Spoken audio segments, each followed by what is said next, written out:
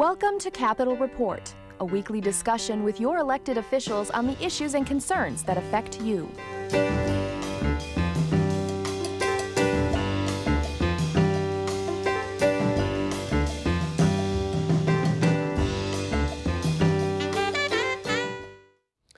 Good to have you here. The governor has now delivered his State of the State address and also now released the budget plan for fiscal 2014. I'm David Nicholas, that and more with our guest, Representative Kevin Cotter, Republican from Mount Pleasant, now still representing the 99th House District, reelected to a second term in November, now also named as Associate Speaker Pro Tem, and now the new chair of the House Judiciary Committee. Representative, good to have you here and welcome. Well, David, thank you. Always a pleasure to be with you. Congratulations on the re-election and the new appointments. I wonder if you could give us an idea on what work lies ahead for the Judiciary Committee in particular, since this is a new appointment for you. Yes, it is. I served on the committee last session, and now this session we'll have the opportunity to chair that committee. We have a lot of work to do. One thing that we're looking at right now is looking at the use of technology within the courts. From a couple of perspectives, one being looking at electronic filing of documents and allowing for that, and then also looking at the use of video equipment in court proceedings, such as appearances and things of that nature, trying to make better use of everyone's time and money in areas that we can to incorporate technology. And so we're looking to tackle that. We'll also be looking a little bit later in the year at a report that comes out every 2 years regarding the judgeships across the state. I talked about that in a past conversation with you. And just looking at how our judicial resources are used across the state and maybe looking at moving some of those around. Now, we mentioned, just as a point of clarification before cameras joined our conversation, the distinction when it came to an ongoing and somewhat troublesome issue for the state, and that's the issue of the indigent defense system, currently and ongoing, ranked near the bottom nationally. And he said that this was an issue that had been under the oversight of judiciary, now has been moved elsewhere. But I wonder if we could get to that clarification for the audience, and then also maybe your thoughts on how we might be able to work and address that problem. Sure. This issue of indigent defense is providing competent legal counsel for accused people who cannot otherwise afford representation. And we have a pretty sporadic system right now throughout the state. It's something that is largely handled by the counties, and it's, as I mentioned, very varying as you look from one county to another. And so one thing that we're trying to do is to make sure it's a constitutional right that individuals have competent legal counsel. But then the question becomes, how do we pay for that? And how do we make sure that this level of service is consistent? And so we took up testimony on that last year in the Judiciary Committee and actually passed it through the House, a new system that would be more uniform, but there's still work left to be done, and that will be taken up by the Criminal Justice Committee this year. We are about a month out from the State of the State, about a week out from the actual budget proposal that came from Governor Snyder. You came out in support of the address and the plan as a whole. One of those, and one of the big mentions that he made, one of the big highlighted issues was the issue of the infrastructure and trying to incorporate ways that we might do upgrades to roads and bridges. And it's going to be coming through potentially the proposed increase in car registration fees and then also hikes to the gas tax. Now comes the fun part. As a resident of this area, people are constantly complaining about disproportionate price of gas for this immediate Mount Pleasant area. And I'm sure other areas of our viewing audience, they maybe think that the gas is higher here than where it is in other communities and so forth.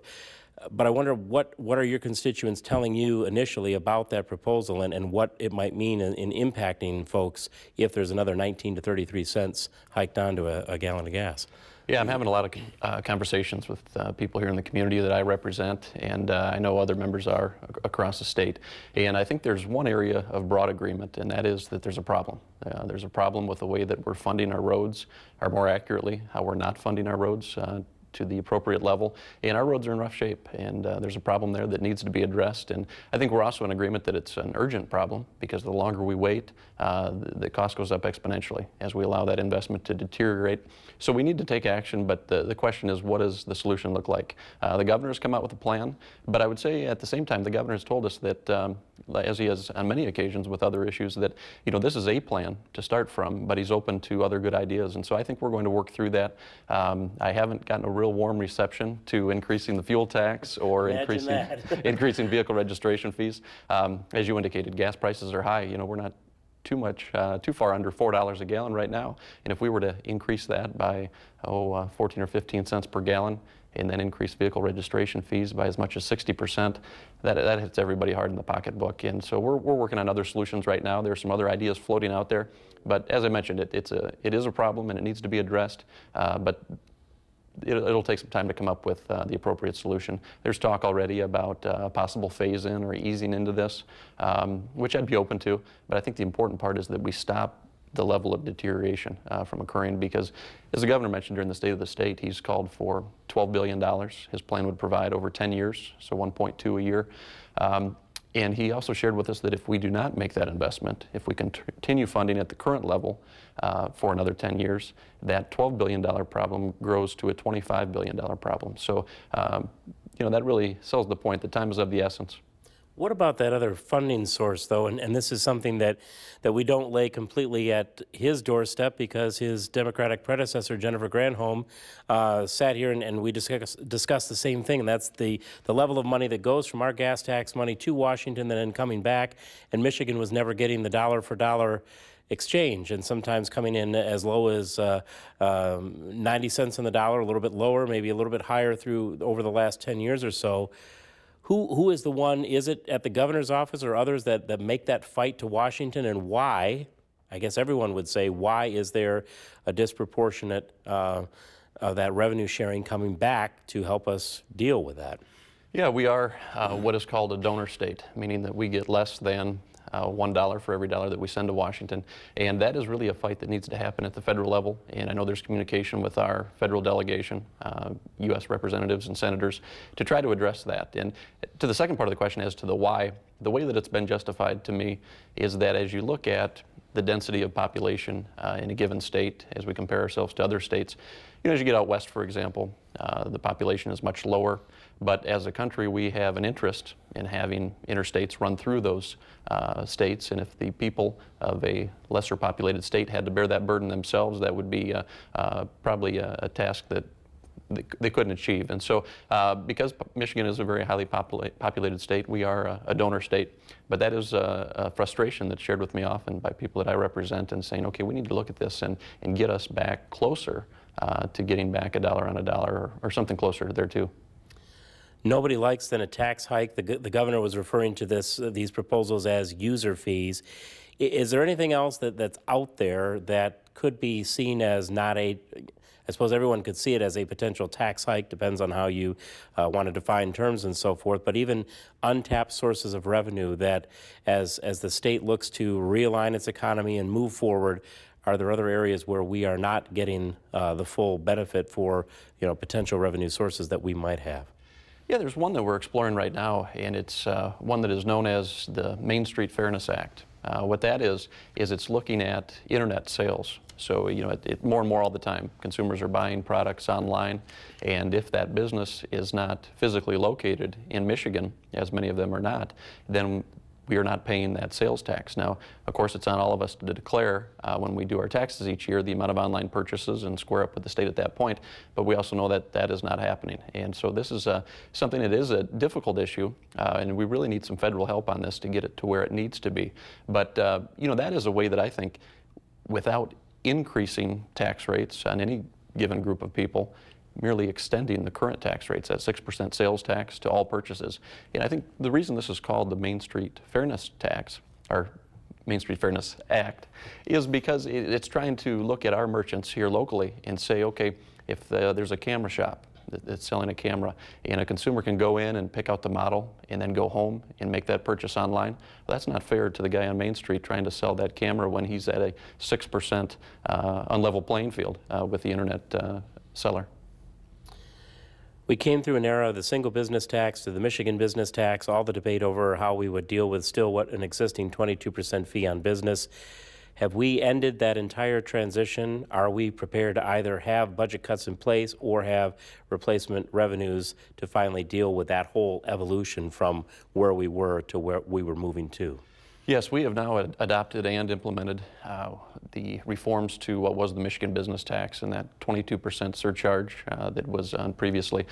So for the tax year that just ended, 2012, we're under this new model. And what that does is it tries to make this much more, I guess less convoluted would be a good way to put it.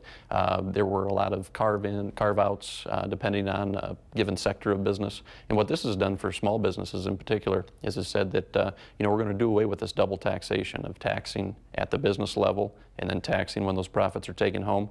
Now it will be charged or assessed on profits as they're taken out of the business and on the individual return.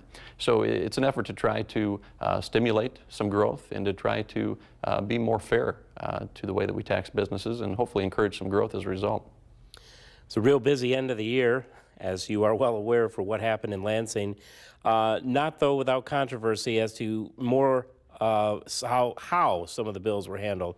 And I don't want to necessarily get into a debate over, that's for individual voters to decide as to whether or not they support or not the measures that came through. But to the measure of the process, I think it's a fair question to ask how that process worked in your view. Is it fair to say that the appearance is that a number of things were pushed through while supporting votes were still on the floor when we look at a number of the things and why they were taken up in a very quick fashion, especially right near the end of that last legislative term?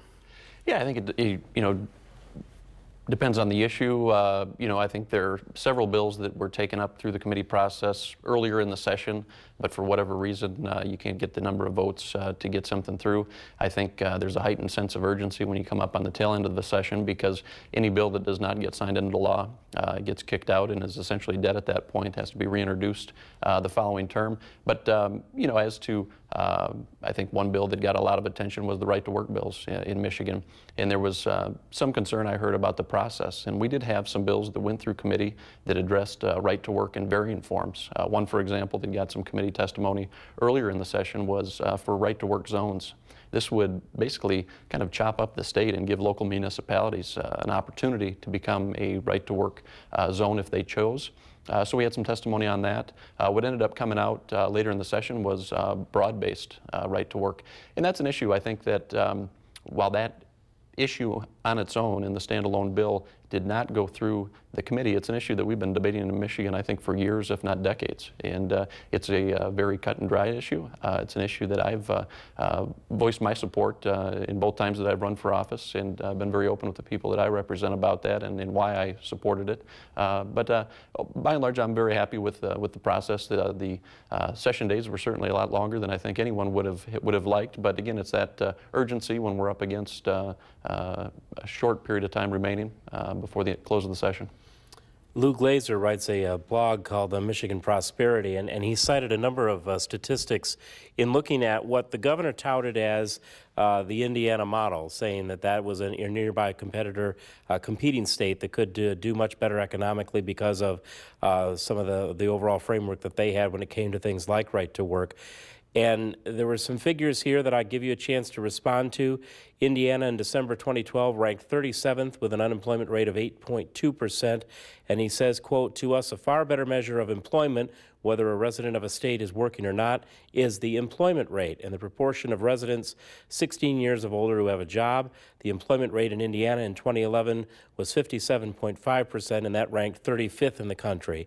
He runs through some other statistics, and I won't go through all of those now, but he concludes with, seems like a reasonable question to ask our policymakers is, why do we want to be like Indiana? Now, in fairness, of course, we won't know.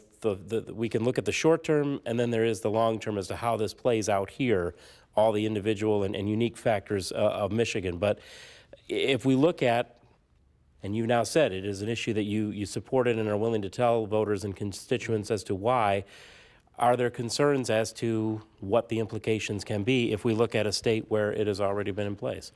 Yeah, for me, right to work, you can make an economic argument about right to work and whether or not it's a good thing economically. And I think, with any issue, we can make data dance. You can find a study to argue any side of that issue. For me, right to work has always been about giving workers a choice as to whether or not they want to join a union. So setting the economic arguments aside, I look at the choice of the worker. And I've in the 2 years that I've been in office, talked to a lot of constituents who are members of a union in many different settings, whether it be a factory setting, a high school classroom, a college campus, or what have you. And what people have asked me for is the ability to be on a more level playing field with their union, to hold them accountable. If you look at what we had before Right to Work, I would really compare it to a monopoly, in the sense that a monopoly says that if you want a good or service, you have one source to get that from. I think without Right to Work, we were even beyond a monopoly, because not only was there one source for that representation, but everyone had to have it as a condition of employment. And so this really puts workers on a more level playing field with their union.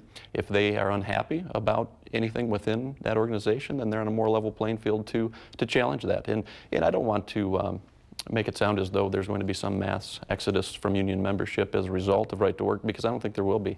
I think unions have done some tremendous things in this state over decades and generations, and continue to.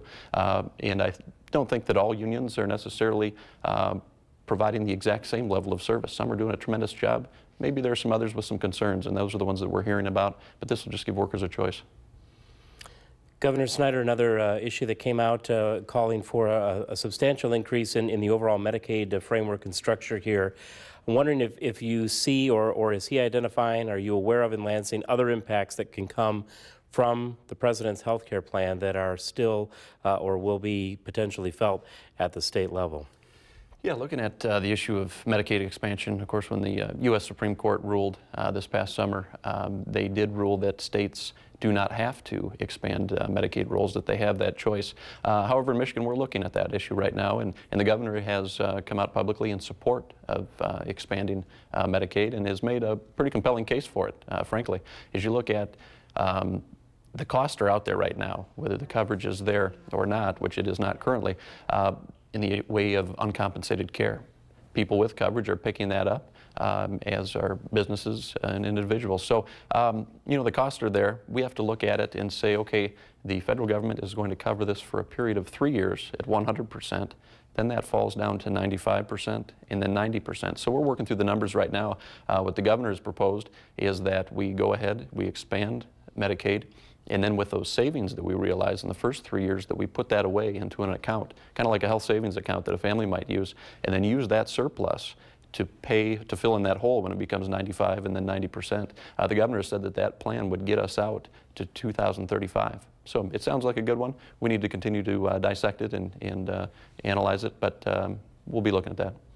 Everything, of course, comes down to what we can afford and what we cannot, and that depends on factors sometimes outside of what is proposed and then acted on. The governor is calling for an increase in funding for both K-12 schools and higher ed. Given that those are two areas that in the past, when we've dealt with budget shortfalls or revenue estimates have not come up to par, have been areas that have been scaled back, flatlined, or there have been then subsequent budget reductions that have come back out. How are the estimates to date projecting to what we would be able to maintain for increases in that funding for the coming year? Looking first at public universities and community colleges, there are some numbers out right now that would be increases in the neighborhood of 2 to 3%. We're going to continue to work through what the governor's proposed. What we started last year was what is called performance funding. And so rather than giving straight line percentage increases or reductions across the board, looking at performance, looking at degree completions coming out of a given school and things of that nature. So we'll likely continue that path. It would be probably on average 2 to 3% increase. Looking at K-12 funding, the governor has called for a 4% increase. As part of that, there's also an increase in the foundational allowance. So as you look across the state, it's continued since Proposal A back in the mid-90s. We still have inequality in funding from one district to another, and the area that I represent is at the bottom of that. We have some of the lowest funded schools in the state, and last year we were able to get some additional money into the bottom to try to bring that up, to close that gap. The governor has proposed an additional $34 per student to the bottom, to bring that up to a $7,000 per student level. And so I'm excited about that. I think that we need to raise the bottom, so we'll continue to look through that. The good news is we're talking about increases now. When we started with that first budget in 2011, there were decreases to both K-12, community colleges, higher education, and that was really a pressing the reset button, as has been described. We had to get on a solid foundation financially, and I think we're there now. Now we can start to look at key investments, and certainly education is a big part of that.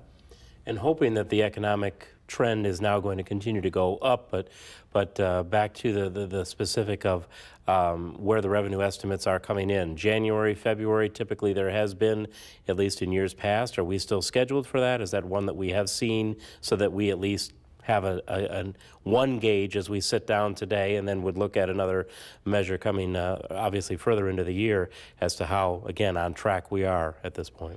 Yeah, we did have a revenue estimating conference here earlier, about a month ago, and those numbers have continued to show what they've shown over the last year or so, and they're projecting a continual growth, but it's at a slow level. So the chart isn't climbing, the line on the chart isn't climbing as fast as we'd like it to yet, but the good news is that revenue is increasing.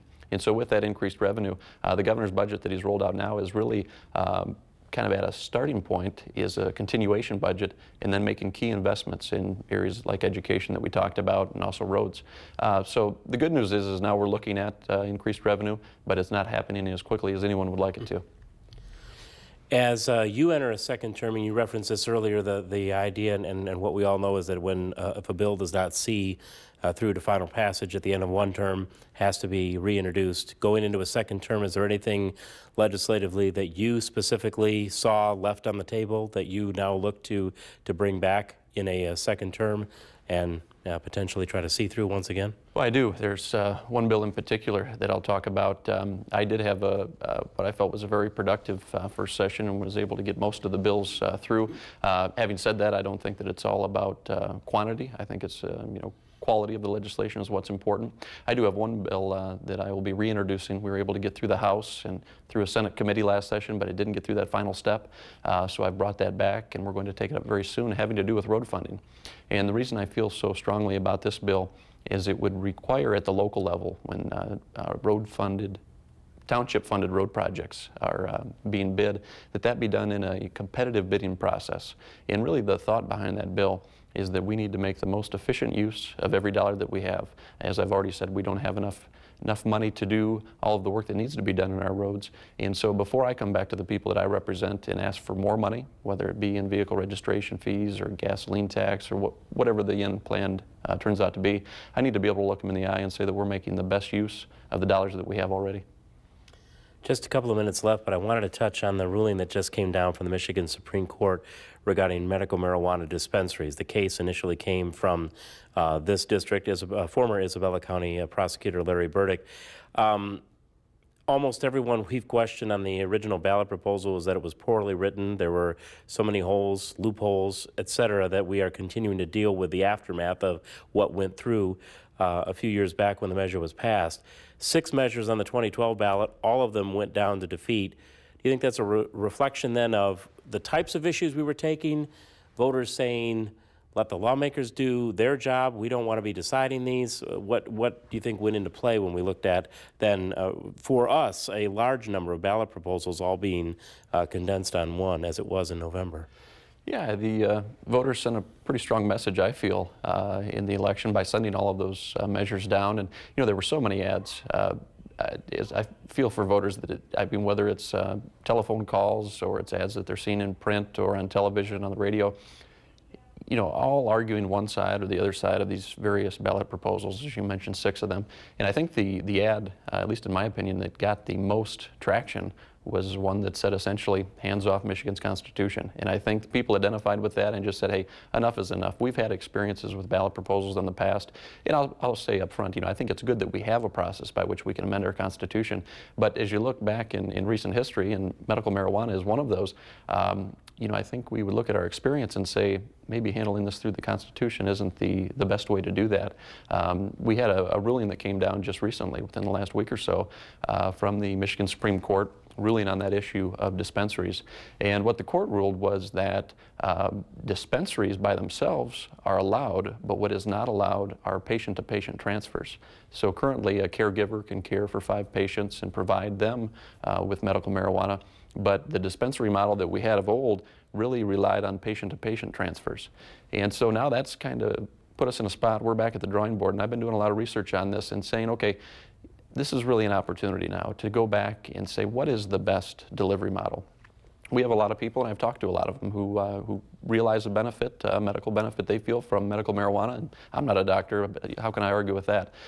So the question is delivery, and I think it's also about getting a consistent and reliable product. One thing that I've learned in trying to study this issue is that the levels of what is known as cannabinoid, that is the benefit, not the THC, but the cannabinoid within the plant, that varies greatly from one plant to another. And so how can we deliver a product to people that is consistent, like a medical dosage? And another issue with marijuana is that because of the amount of moisture that it gives off as the plant grows, it's very difficult, if not impossible, to grow a plant if you don't have the dehumidification to get all the humidity out of the room, to grow a plant that doesn't have some level of mold on it.